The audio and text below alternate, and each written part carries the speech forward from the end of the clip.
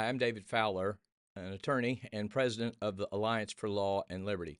I want to speak quickly and briefly today to the decision of the United States Supreme Court to grant certiorari, meaning to allow an appeal, to the decision out of the Sixth Circuit upholding Tennessee's law that prohibits the administration of non-surgical treatments to minors for the sake of gender transition.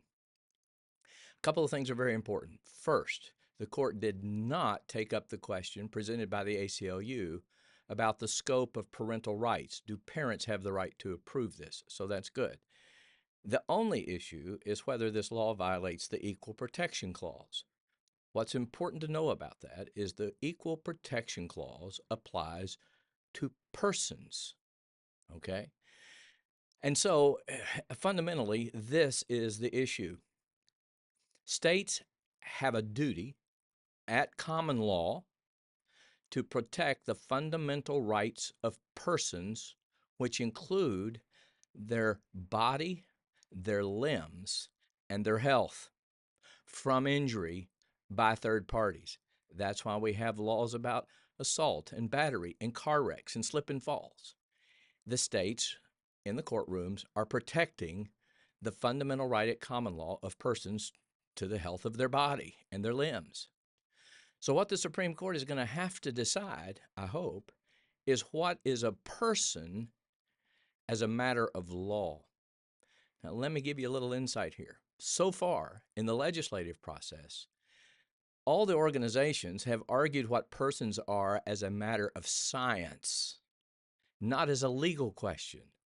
But the Constitution is not a scientific document, it is a legal document, and it's rooted in the common law, and the common law has, for centuries, been premised on the idea that human beings are persons, and they are made male and female, and that profound reality coincides with the duty of states to protect their bodies, their limbs, and their health.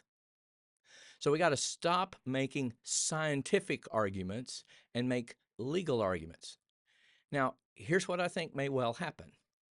In the Dobbs decision reversing Roe versus Wade, the court said this involves profound moral questions, and then effectively said, but we don't know the answer to that, so we're just going to leave it up to the states to decide what those moral questions are. You see, the court wants to avoid the ethical, the moral question of what constitutes a person as a matter of law, not scientific body parts and how they function. So we will be submitting an amicus brief to the United States Supreme Court arguing the common law and the duties of the state and arguing that you cannot overlook this profound question of what is a person as a matter of law in our legal system throughout all of time and all of our legal history. Now, here's what I think the court may well do, is they'll say, like they did in Dobbs, well, we don't really know what a person is, but we're not going to tell states that they can't anymore recognize what the common law has already said. But of course, they'd be free not to.